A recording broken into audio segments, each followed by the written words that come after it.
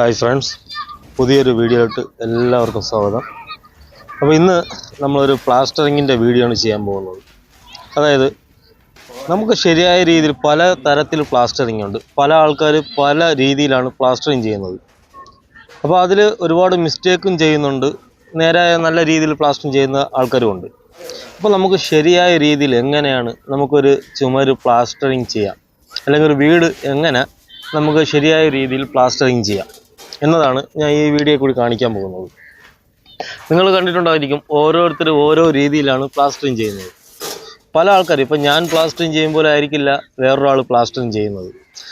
അപ്പം ഞാൻ പ്ലാസ്റ്ററിങ് ചെയ്യുന്നത് ഇതെല്ലാവരും പഠിച്ചിട്ടല്ല പറയുന്നത്. കാരണം എൻ്റെ ഒരു അനുഭവം, ഞാൻ ഇത്രയും നാൾ വർക്ക് ചെയ്തതിൻ്റെ എൻ്റെ ആ ഒരു അനുഭവം വെച്ചാണ് ഞാനിത് പറയുന്നത്. അത് ചിലവർക്കത് ശരിയായിട്ട് തോന്നാം, ചിലവർക്ക് തെറ്റായിട്ട് തോന്നാം. കാരണം ഞാൻ എൻ്റെ അഭിപ്രായമാണ് ഇതിൽ പറയുന്നത്. ഇങ്ങനെ ചെയ്താൽ കുറച്ചും കൂടി നമ്മളെ വീട് സ്ട്രോങ് ആയിരിക്കും, പ്ലാസ്റ്ററിങ് സ്ട്രോങ് ആയിരിക്കും എന്നുള്ള ആ ഒരു ഒപ്പീനിയൻ വെച്ചാണ് ഞാൻ ഈ വീഡിയോ കൂടി പറയുന്നത്.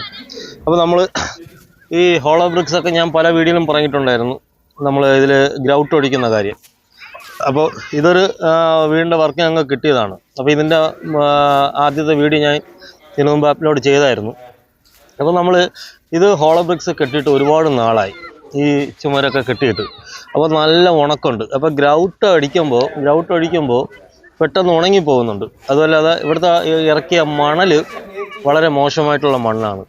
അപ്പോൾ നമുക്ക് വിചാരിച്ച വർക്ക് ചെയ്യാൻ പറ്റില്ല. അതുകൊണ്ടാണ് നമുക്ക് ചുമരിൽ നല്ല ബലമായിട്ട് നമ്മൾ പ്ലാസ്റ്ററിങ് ഇരിക്കണമെങ്കിൽ നമ്മൾ ചെയ്യേണ്ട കാര്യം എന്ന് പറയുന്നത്, ഹോളോ ബ്രിക്സ് ആണെങ്കിൽ തലേ ദിവസം നമ്മൾ വർക്ക് ചെയ്യുന്നതിൻ്റെ തലേ ദിവസം ഒന്ന് ചുമര് കംപ്ലീറ്റ് ഒന്ന് വെള്ളം ഒഴിച്ച് നനച്ചിട്ടേക്കണം. നല്ല രീതിയിൽ നനച്ചിട്ടേക്കുമ്പോൾ പിറ്റേ ദിവസം വരുമ്പോൾ ഇത് ഈ കാണുന്നുണ്ടോ, ഇത് ഞങ്ങൾ ഇന്നലെ നനച്ചിട്ടതാണ്. പക്ഷേ ഇന്ന് രാവിലെ ആയപ്പോൾ നല്ല രീതിയിൽ ഉണങ്ങി. എന്നിട്ട് നല്ല ലൂസ് ഗ്രൗട്ടായിരിക്കും. അതായത് ഒരുപാട് കട്ടി ഗ്രൗട്ട് ഒഴിക്കരുത്, നല്ല ലൂസ് ഗ്രൗട്ട്. അതായത് ഇതുപോലെ കംപ്ലീറ്റ്, അതായത് ഒരു ഗ്യാപ്പ് പോലും ഇല്ലാതെ ഗ്രൗട്ട് ഒഴിക്കണം. ഞാൻ ചില വീഡിയോയിൽ നിങ്ങൾ കണ്ടിട്ടുണ്ടായിരിക്കും ഇടയ്ക്കിടയ്ക്ക് ഗ്രൗട്ട് ഒഴിക്കുന്നത്. അത് ഈ ചുമര് നനവുള്ള ചുമരാണെങ്കിൽ ഈ ഉണക്കുള്ള ഭാഗത്ത് മാത്രം ഗ്രൗട്ട് ഒഴിക്കും, ബാക്കിയുള്ളിടത്ത് സിമൻറ്റ് പൊടിയാണ് അടിക്കുന്നത്. അപ്പോൾ സിമൻറ്റ് പൊടി അടിക്കുമ്പോൾ നമുക്ക് വീഡിയോയിൽ കാണാൻ പറ്റില്ല സിമൻറ്റ് ഇരിക്കുന്നത്. അപ്പോൾ ഈ നല്ല ഉണക്ക ചുമരാണെങ്കിൽ നല്ല ലൂസ് ഗ്രൗട്ട് ഒഴിച്ചിട്ട്, ഇതിപ്പം നല്ല ലൂസ് ചാന്താണ് അടിക്കുന്നത്. അതായത് ചാന്തിൽ സിമൻറ്റ് കൂടിയാലും കുഴപ്പമാണ്, കുറഞ്ഞാലും കുഴപ്പമാണ്. അതിന് മുമ്പ് ഞാൻ വേറൊരു കാര്യം കൂടി പറയാം. നമ്മൾ എപ്പോഴും ചുമരിൽ ചാന്ത് അടിക്കുമ്പോൾ ഇതുപോലെ കരണ്ടി വെച്ച് കോരി തന്നെ അടിക്കണം. അതായത് ഈ ചാന്ത് അടിക്കുമ്പോൾ ഒരു സൗണ്ട് കേൾക്കും, ആ സൗണ്ട് കേട്ട് തന്നെ ചാന്ത് അടിക്കണം. അതെന്തിനാന്ന് വെച്ച് കഴിഞ്ഞാൽ, നമ്മൾ ഈ കരണ്ടി കൊണ്ട് ചാന്ത് കോരി അടിക്കുന്നതും ഈ കരണ്ടി കൊണ്ട് ചാന്ത് വാരി പറ്റിക്കും, അത് തമ്മിൽ രണ്ട് രീതിയാണ്. നമ്മൾ ഈ കരണ്ടി കൊണ്ട് കോരി അടിക്കുമ്പോൾ ഈ ഹോളോ ബ്രിക്സിൽ ചെറിയ ചെറിയ ഹോളുകൾ കാണും, അത് കംപ്ലീറ്റ് ഫില്ലാവും, എയർ ഉണ്ടാവില്ല, അപ്പോൾ പൊട്ടൽ വീഴത്തില്ല. പിന്നെ അത് കഴിഞ്ഞതിന് ശേഷം നമ്മൾ മുഴക്കോലിടുന്ന നേരത്ത് ആദ്യം ജനലിൻ്റെ ഒരു തോതെടുത്ത് നോക്കണം. കാരണം ജനൽ ചെറിയ തൂക്ക് വ്യത്യാസം ഉണ്ടെങ്കിൽ നമ്മൾ മുഴക്കോലിന് ചുമര് പ്ലാസ്റ്ററിങ് തൂക്കി എടുക്കുമ്പോൾ ആ തൂക്ക് വ്യത്യാസം കറക്റ്റ് കാണിക്കാൻ പറ്റും. കാരണം ഇതിൻ്റെ കുച്ച പിടിക്കുമ്പോൾ, ഇതിൻ്റെ മൂലയൊക്കെ പിടിക്കുമ്പോൾ കറക്റ്റ് അതിൻ്റെ വീതി വ്യത്യാസം കാണിക്കും. അപ്പോൾ ജസ്റ്റ് ഒന്ന് ഈർക്കിലിന് തോതെടുത്തിട്ട് വേണം പ്ലാസ്റ്ററിങ് ചെയ്യാൻ. അങ്ങനെ ചെയ്യുമ്പോൾ നമ്മൾ ഈ പുട്ടിയൊക്കെ ഇട്ട് പെയിൻ്റൊക്കെ അടിക്കുക വരുമ്പോൾ ഒരേ കണക്കിന് തോന്നും. അത് ചെറിയൊരു വ്യത്യാസം ഉണ്ടെങ്കിലും അത് നമ്മളെ കണ്ണിൽ കാണിക്കില്ല. അത് മെയിനായിട്ട് ശ്രദ്ധിക്കേണ്ട ഒരു കാര്യമാണ് കേട്ടോ.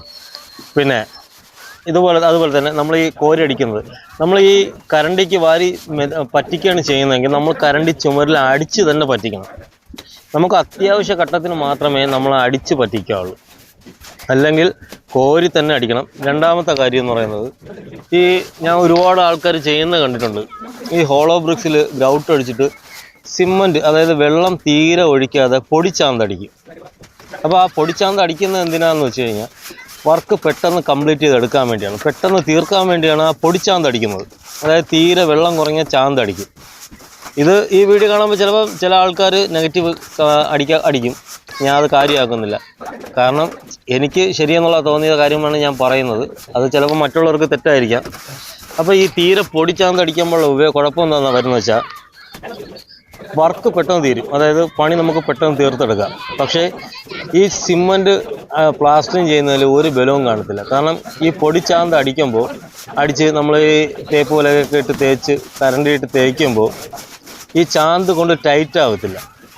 കാരണം എപ്പോഴും ചാന്തിൻ്റെ ഉൾഭാഗം നമുക്ക് പുറം മാത്രമേ കാണാൻ പറ്റുള്ളൂ, തേച്ച് ഫിനിഷ് ചെയ്ത് വെച്ച്. ഇതിൻ്റെ ഉൾഭാഗം കംപ്ലീറ്റും പിരുന്നായിരിക്കും ഇരിക്കുന്നത്, അത് നമുക്ക് അറിയാൻ പറ്റത്തില്ല. അതുകൊണ്ട് എപ്പോഴും നമ്മൾ അടിക്കുക, ഈ കോൺക്രീറ്റിലൊക്കെ ആണെങ്കിൽ നമുക്ക് പൊടിച്ചാന്ത് അടിച്ച് ഗ്രൗട്ട് അടിച്ചിട്ട് പൊടിച്ചാന്ത് അടിച്ച് നമുക്ക് എടുക്കാം. അങ്ങനെ ചെയ്യുമ്പോൾ ഈ ഗ്രൗട്ടും കോൺക്രീറ്റും തമ്മിൽ പെട്ടെന്ന് ഉണങ്ങത്തില്ല.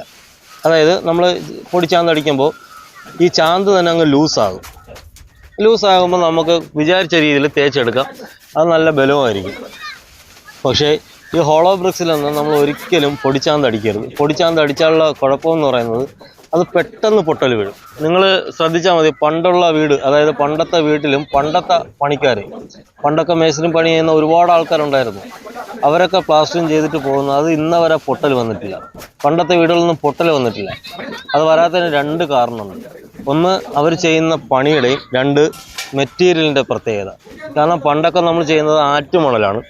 പക്ഷേ ഇപ്പോൾ ആറ്റുമണൽ, അതായത് പൂഴി മണ്ണ് ഇപ്പോൾ ഇല്ല. ഇപ്പോൾ അതിനും പകരം നമ്മൾ പ്ലാസ്റ്ററിങ് ചെയ്യുന്നത് പീ സാൻഡാണ്. പീ സാൻഡ് എന്ന് പറയുന്നത് പാറ പൊടിക്കുന്ന മണലാണ്. അപ്പോൾ ഈ മണലിന് എപ്പോഴും ഒരു ചൂട് ആ മണലിന് കാണും. അപ്പോൾ നമ്മൾ ഇതുപോലെ പൊടിച്ചാന്തൊക്കെ അടിക്കുമ്പോൾ അത് പെട്ടെന്ന് പൊട്ടിപ്പോവും. അതായത് ഒരു ആണി അടിക്കുമ്പോൾ ആ ആണിയുടെ ചുറ്റും പൊട്ടിയങ്ങളാകും.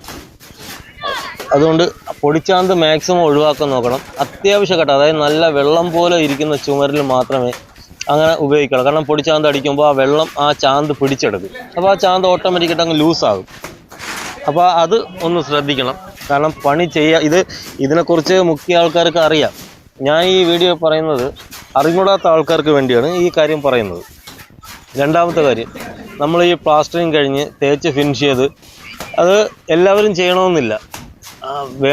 അതായത് നമ്മൾ നല്ല രീതിയിൽ പുട്ടിയൊക്കെ ഇട്ടെടുത്ത് ചെയ്യുന്നവരൊക്കെ ആണെങ്കിൽ പ്ലാസ്റ്ററിങ് കഴിഞ്ഞിട്ട് തേപ്പ്, അതായത് കരണ്ടി വെച്ച് തേക്കാതെ സ്പോഞ്ച് വെച്ച് സ്പോഞ്ച് അടിക്കുക. സ്പോഞ്ച് അടിക്കുമ്പോൾ നമ്മൾ ഈ പ്ലാസ്റ്ററിങ് ചെയ്ത് ചെറിയൊരു പരുക്കം പോലെ കിടക്കും.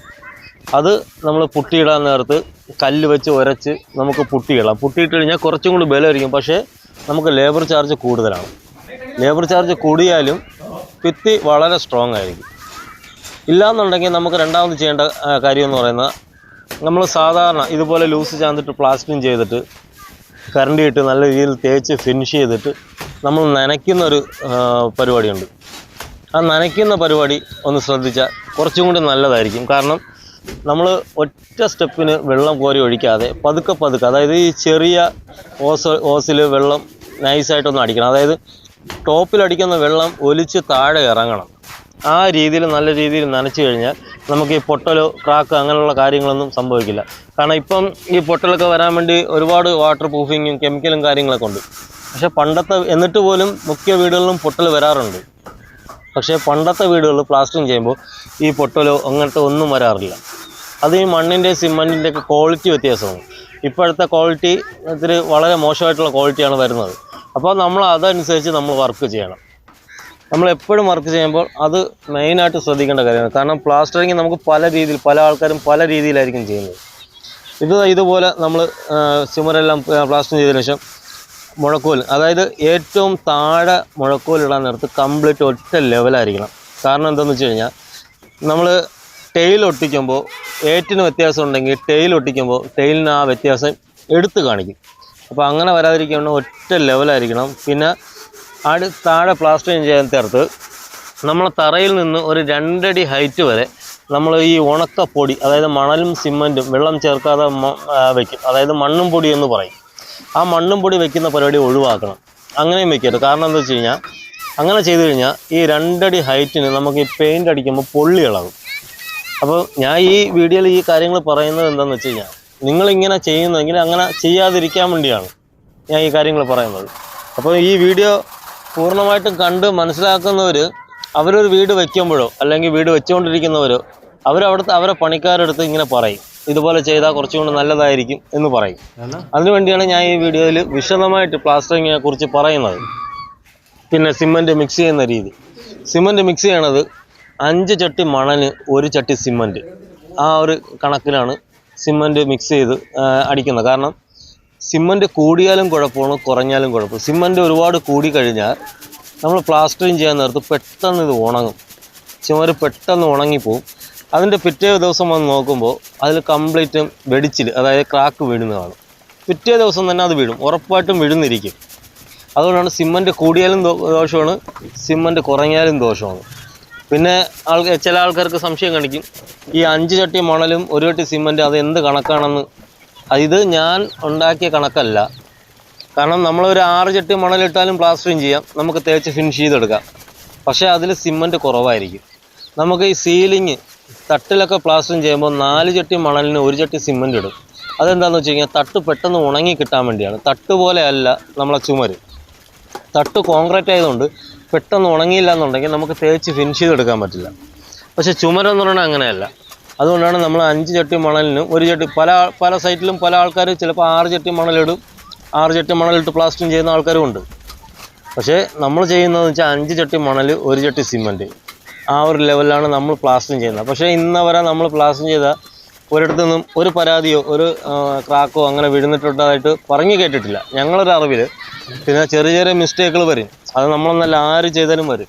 അപ്പോൾ മാക്സിമം നമ്മളൊരു മിസ്റ്റേക്ക് കാണുമ്പോൾ അടുത്ത വർക്കിൽ നമ്മൾ ആ മിസ്റ്റേക്ക് വരാതിരിക്കാനാണ് നോക്കുന്നത്. അപ്പോൾ മാക്സിമം നിങ്ങൾ വർക്ക് ചെയ്യുമ്പോൾ മാക്സിമം ഈ പറഞ്ഞത് നിങ്ങൾക്കിപ്പോൾ ഏകദേശം പ്ലാസ്റ്ററിങ്ങിൻ്റെ ഒരു ഐഡിയ മനസ്സിലായി കാണും. എങ്ങനെയാണ് പ്ലാസ്റ്ററിങ് ചാന്ത് അടിക്കേണ്ടതെന്നും, ഇപ്പോൾ ചാന്ത് മിക്സ് ചെയ്യേണ്ട രീതി, നനയ്ക്കേണ്ട രീതി, ഗ്രൗട്ട് ഒഴിക്കേണ്ട രീതി, നമ്മൾ ചാന്ത് കോരി അടിക്കേണ്ട രീതി. കാരണം കോരി അടിച്ച് ചെയ്ത് കഴിഞ്ഞാൽ എപ്പോഴും ഈ ചെറിയ ചെറിയ ഹോളോ ബ്രിക്സിൽ ചെറിയ ചെറിയ ഹോളുകൾ കാണും. അതിൻ്റെ ആ ഹോളിനകത്ത് മുഴുവനും ഈ ചാന്ത് കയറി ഫില്ലാവും. അപ്പോൾ ഏറ് നിൽക്കത്തില്ല. ഈ കരണ്ടി വെച്ച് വാരി പറ്റിക്കുമ്പോൾ കറക്റ്റ് എയറായിരിക്കും. ഇതിപ്പോൾ ഞങ്ങൾ കംപ്ലീറ്റും പ്ലാസ്റ്റർ ചെയ്ത് കഴിഞ്ഞു. അതായത് വർക്ക് എന്ന് വെച്ചാൽ ഫിനിഷിങ് വർക്കാണ്. കാരണം ഇതിൻ്റെ അടി നമ്മൾ പ്ലാസ്റ്റർ ചെയ്യില്ല. കാരണം എപ്പോഴും നമ്മൾ ടെയിലാണ് ഒട്ടിക്കുന്നത്, അതിൻ്റെ മേലെ ടെയിൽ ഒട്ടിക്കും. അതുകൊണ്ടാണ് അത് പ്ലാസ്റ്റർ ചെയ്യാത്തത്. ഇപ്പോൾ ഇത് കംപ്ലീറ്റ് നമ്മൾ പ്ലാസ്റ്റർ ചെയ്ത് കഴിഞ്ഞിട്ടുണ്ട്. അപ്പോൾ വീഡിയോ ഇഷ്ടപ്പെട്ടാൽ ലൈക്ക് ചെയ്യണം.